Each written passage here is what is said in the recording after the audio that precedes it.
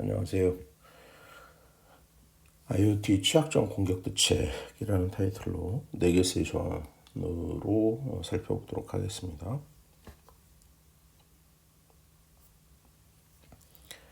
먼저 위협, 취약점, 위험 분석에 관련한 얘기들을 살펴볼 거고요. 용어 좀 익숙하잖아요. 영단으로 보자면 threat, vulnerability, risk 이렇게 된다 그랬고요. 그 다음에 공격과 대책 입문. 그 다음에 오늘날의 IoT 공격이 어떻게 진행되고 있는지 이런 것들을 한번 생각해 보도록 하고요. 그 다음에 마지막으로 체계적인 접근 방법을 또는 접근 방식을 사용함에 있어서 우리가 얻을 수 있는 이득, 교훈이라고 써놨는데 이득 이런 것들 또 생각해 볼 수 있는 것들 이렇게 4개 세션으로 진행을 하겠습니다. 먼저 위험, 취약점, 위험 분석에 대해서 살펴보도록 할게요. 우리가 이제 이것들을 얘기를 할 때 전통적인 정보보안에서 다루어지고 있는 주제들이 있어요. 이거 도메인이라고도 하고 여기서 한글로는 좀 주제라고 표현을 했는데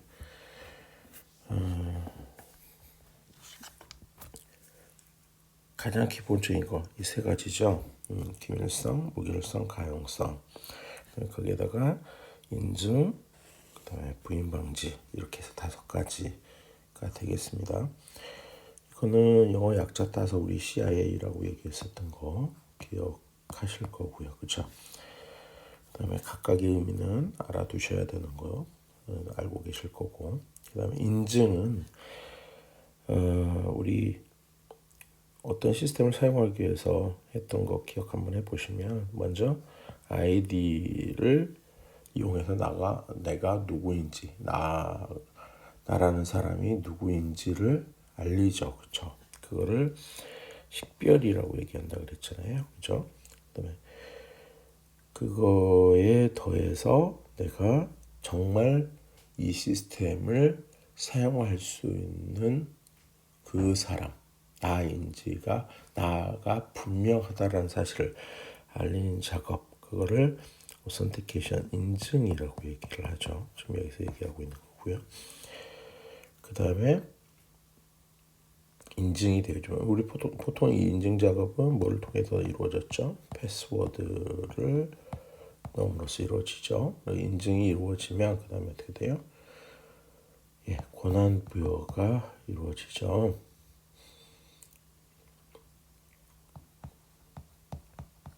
그래서 내가 어떤 것을 사용할 수 있는 권한을 부여받게 됩니다. 이런 식으로 진행이 됐었죠. 자, 그 다음에 부인 방지는 또는 다른 말로 우리말로 풀 때 한자 이 말이 더 어려울 수도 있죠. 부인 봉쇄 이렇게 얘기를 하죠. 뭐 하면서 이 얘기를 했었냐면 우리 암호화기 얘기할 때 디지털 서명이라고 하는 게 나오죠.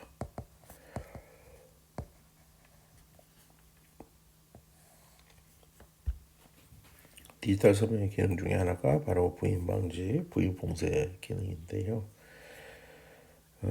어떤 조작, 어떤 작업을 내가 수행을 했어요.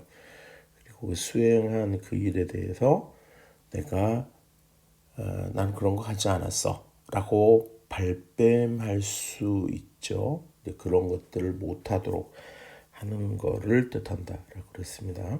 대표적으로 어떤 게 그러면 우리 계약서 작성하는 거, 그렇죠? 생각을 해보시면 우리 부동산 계약서 같은 경우에 100만 원을 지급하기로 하였음 이랬는데 나중에 그래서 보통 계약서는 어떻게 해요? 여기에 도장을 찍죠. 소위 우리가 말하는 인감도장이라고 하는 것, 또는 서명을 하죠. 그랬을 때 이 계약서들을 서로 갑과 을이 나누어 가지고 있습니다. 그런데 각각 가지고 있으니까 누군가가 이걸 수정을 해요. 을이든 갑이든 10만 원을 지불하기로 하였음 이렇게 고쳤단 말이에요. 그랬을 때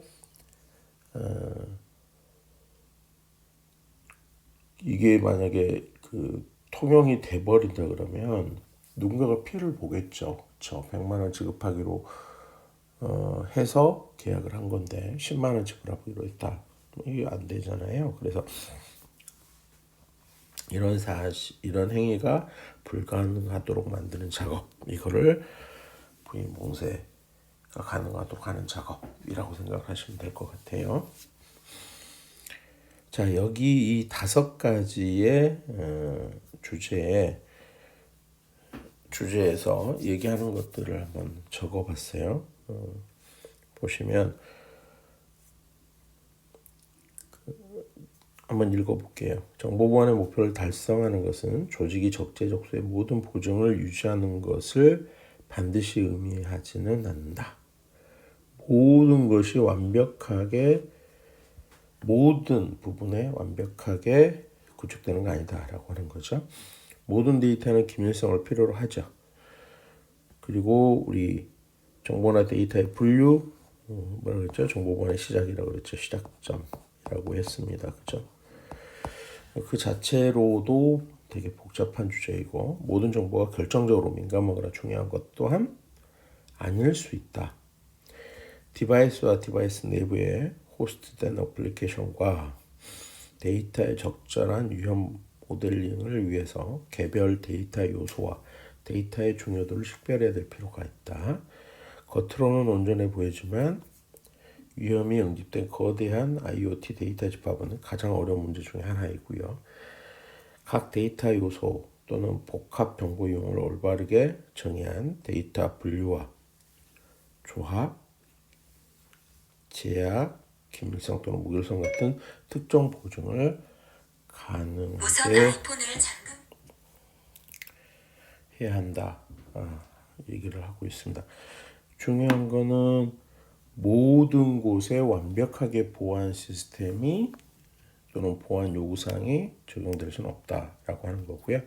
중요한 거는 IoT에서는 굉장히 복잡한 문제가 발생할 수 있어요. 이 정도 내용들을 체크해 보시면 되겠습니다.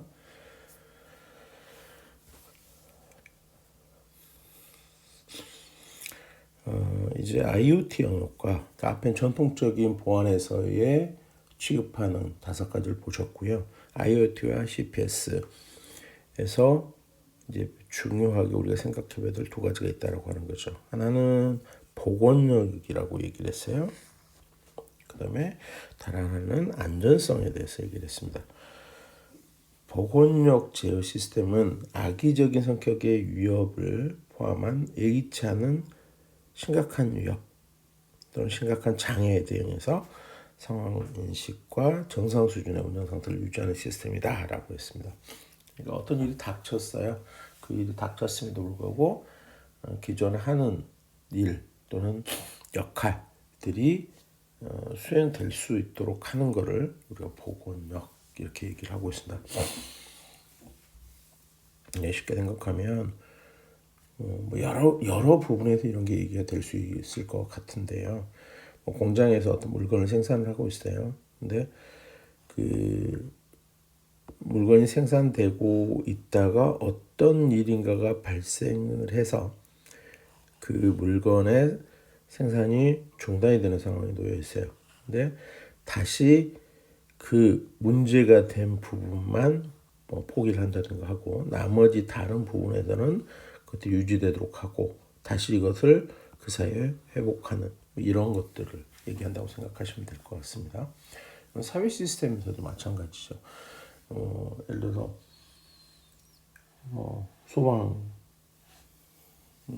소방서가 하는 일, 경찰이 하는 일, 이런 것들도 생각해 보면 어떤 문제가 생겼어요. 어느 사람이 빠졌거나 아프거나 할 때도 다시 그 시스템이 계속 유지되도록 할 수 있어야 되는 거죠. 그 다음에 세이프티, 안전성은요. 상처, 부상, 손실로부터 위험이 없는 안전한 상태를 유지하도록 하는 것을 얘기합니다.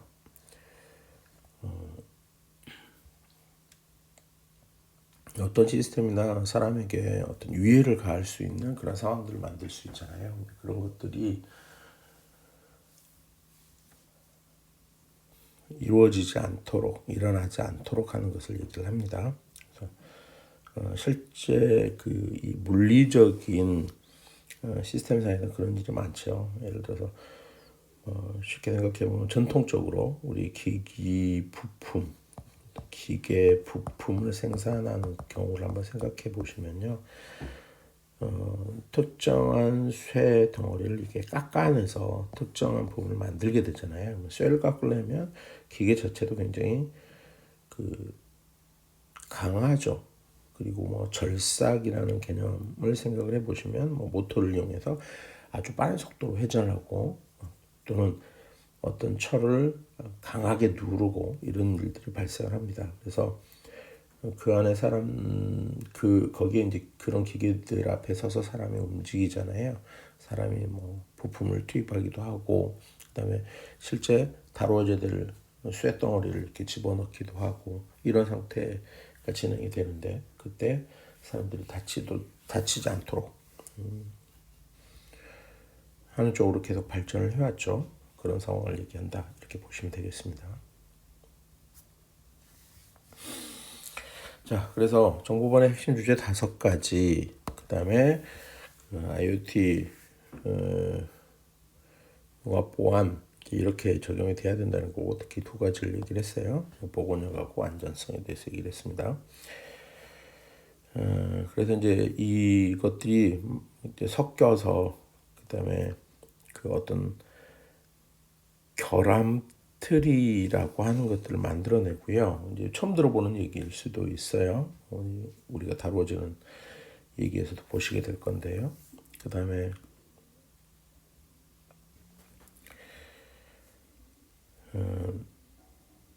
우리가 이제 이런 것들을 체크해 놓고 어떤 문제점이 생길 수 있는지를 미리 체크해 본다는 뜻으로 보시면 되겠는데 그걸 체크해 보고 그다음에 적절하게 통제를 가하게 된다면 공격하는 자가 혼란을 일으키는 것을 우리 시스템이 어떤 시스템일지 모르지만 그 시스템에 공격을 하는 것을 억제할 수 있다라고 얘기를 하는 거죠. 뭐 당연한 얘기가 되겠습니다. 자, 위협이라는 단어에 대해서부터 이제 살펴보도록 할 건데 위협이라고 하는 거는 우리에게 어떤 일이 그러니까 안 좋은 일이 그러니까 안 좋은 일이라고 하는 게 우리한테 닥칠 수 있는 것들이죠. 예를 들어서 기억하실 건데 우리 집에 들어와서 나의 자산을 훔쳐가려는 나의 자산 뭔가 있겠죠. 나의 자산 전에 설명할 때는 이게 핑크 다이아몬드 얘기했었는데 나의 자산에 대해서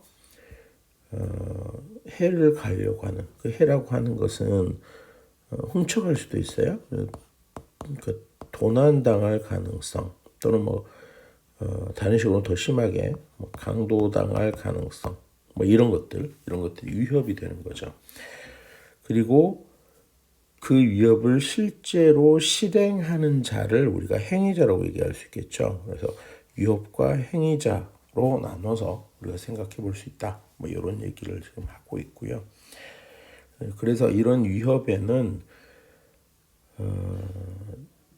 여러분들이 생각해야 되는 거에는 보안에서 취급할 때는 이런 인공적인 누가 훔쳐가거나 또는 강도를 당하거나 이런 인공적인 거죠. 근데 이런 거 말고도 자연재해도 보안의 위협 요소가 된다라고 하는 겁니다. 그렇죠? 우리는 다양한 형태로 자연의 재해를 경험을 하죠. 예를 들어서 지진 같은 것도 자연재해 될 수 있고요. 그다음에 산불 같은 경우는 사람에 의해서 발생하기도 합니다만 산불이 자연 발생적으로 나는 경우도 있어요. 그래서 그런 재해도 생길 수 있고요. 그다음에 홍수 그렇죠? 이거 어떻게 할 수 없잖아요. 되게 어려운 부분 중에 하나죠. 뭐 이런 것들도 모두 포함해서 위협이다라고 얘기를 합니다. IoT의 위협이라고 한다면 어떤 걸 말하는지 지금 밑에서 살펴보시면요. IoT 디바이스에서 수신한 프로그램과 데이터와 관리해야 되는 정보 보증 모두를 포함한다라고 얘기를 하고 있고요. 그다음에 IoT 디바이스는 보안 영역과 안전 영역 모두의 고유한 물리적 보안, 하드웨어, 소프트웨어, 품질, 환경, 공급망, 기타 여러 가지 위협원이 존재할 수 있겠죠. 특히 사이버 물리 시스템에서 CPS에서 IoT 디바이스 보시면 뭐 여러분들 뭐 기본적으로 알고 있는 건데 크게 두 가지 되겠죠. 센싱 하는 거하고 액츄에이션 하는 거죠.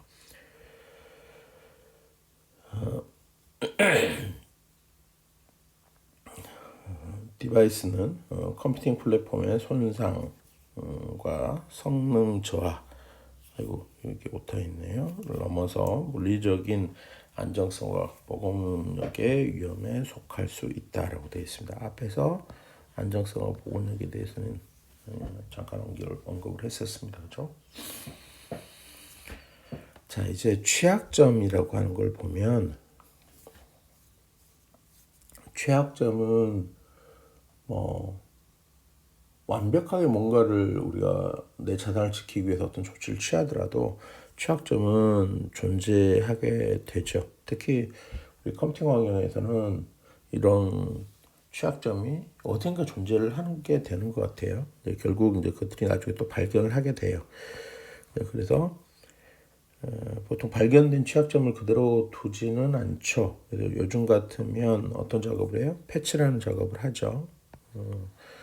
특히 이제 네트워크 환경이 되면서부터 자동 업데이트가 이루어집니다. 이 자동 업데이트라는 게 가장 많이 일어나는 게 보안 업데이트가 가장 많죠. 네트워크 통해서 이 보안 업데이트라는 게 결국은 이 취약점을 극복하기 위한 거다 이렇게 생각을 해보실 수 있겠고요.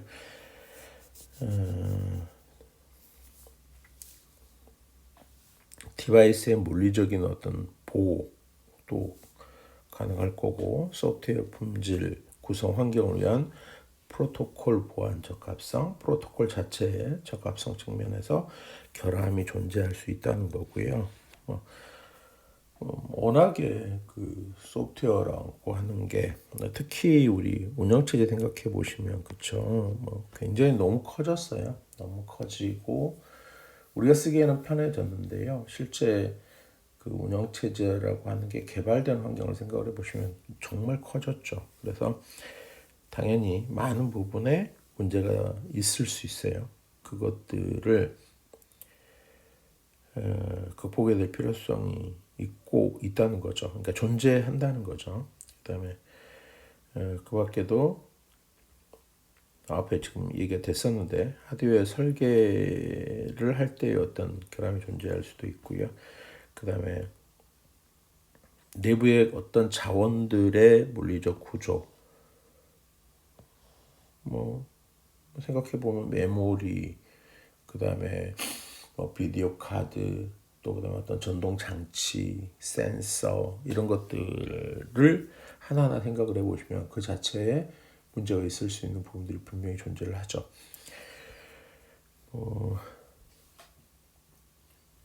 요즘에 자동차들 보시면 워낙에 많은 부품으로 만들어져서 자동차들 리콜이라고 표현되는 부분이 있잖아요. 그래서 그 자동차를 구매를 했을 때 그 결함을 나중에 알아채고요. 그 부속들을 갈아주고 스스로 자동차 회사들이 그 바꿔주죠.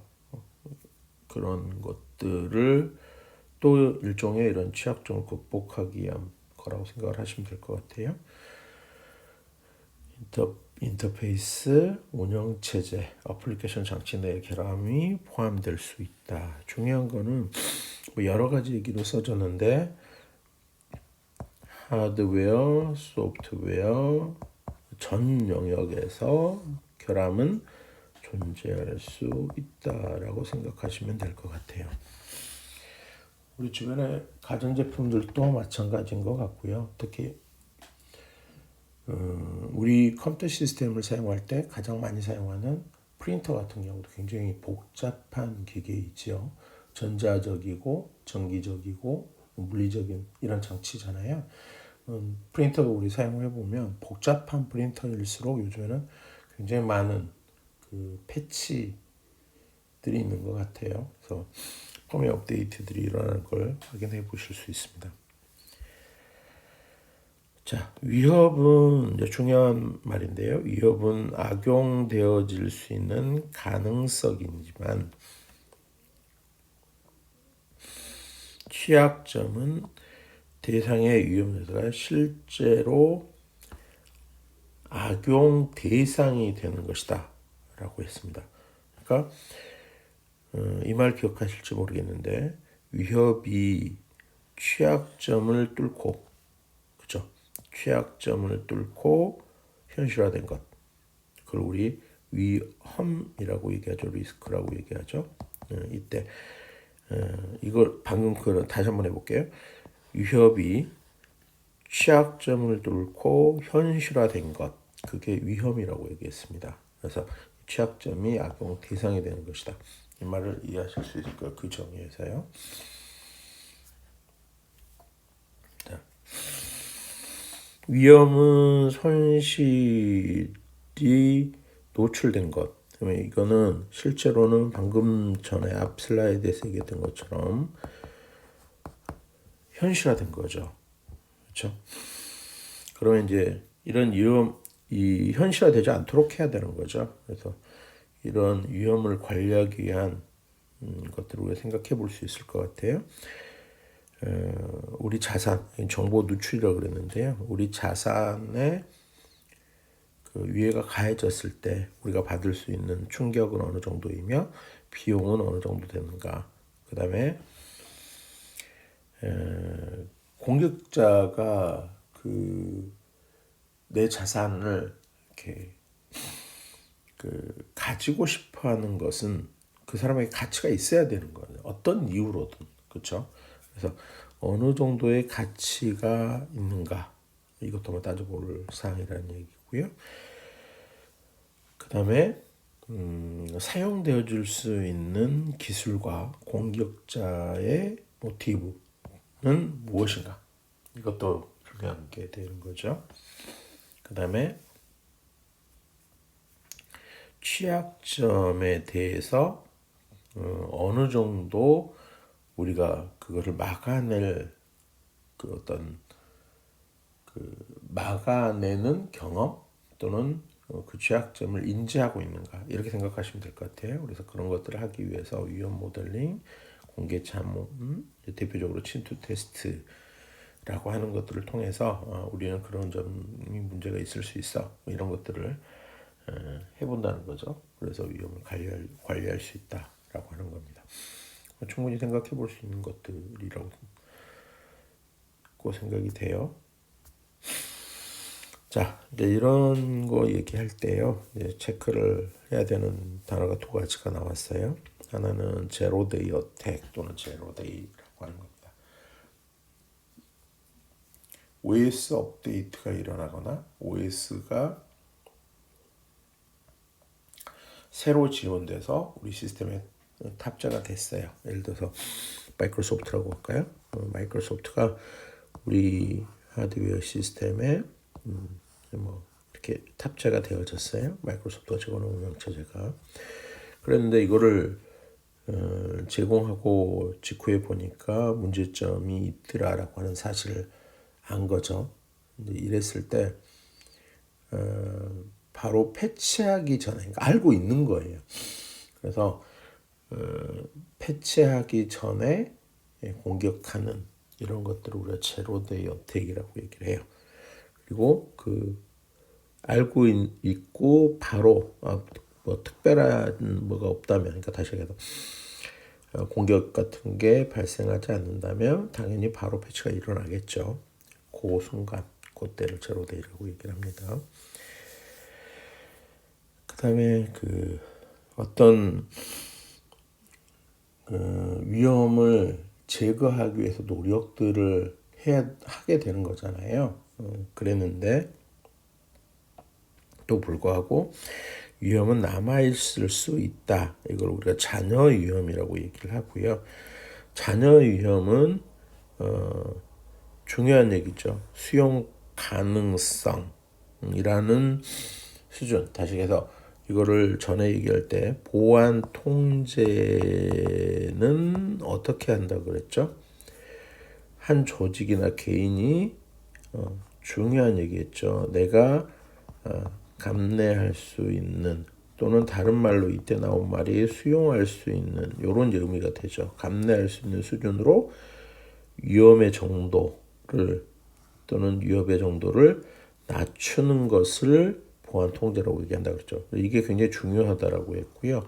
여기에 관련된 예제들을 또는 A를 설명했던 걸 기억을 하실 겁니다. 난 돌머리예요. 그러면 내 머리에 벽돌 한 장 5m 높이에서 떨어지는 건 내 경험상 전혀 문제가 안 돼요. 그렇다면 내가 공사장이나 아니면 공장에서 헬멧을 안 쓸 수도 있는 거죠. 나는 그걸 감내할 수 있거든요. 이게 이제 수용 가능성이라고 하는 거죠. 또는 수용할 수 없을 때 우리가 이제 쓰는 방법 중에 하나가 보험을 드는 겁니다. 이거는 중요한다는데요. 위험을 전이시키는 거예요. 그죠? 내가 수용하기는 힘들지만 그런 일이 발생한다면 내가 그에 대응할 수 있도록 위험을 전이시킨다라고 하는 거죠. 중요한 이슈 중에 하나가 되겠습니다. 자, 이렇게 해서 네 가지 우리가 얘기할 것 중에서 첫 번째 세션을 마치도록 하겠습니다. 다음 영상에서 보겠습니다.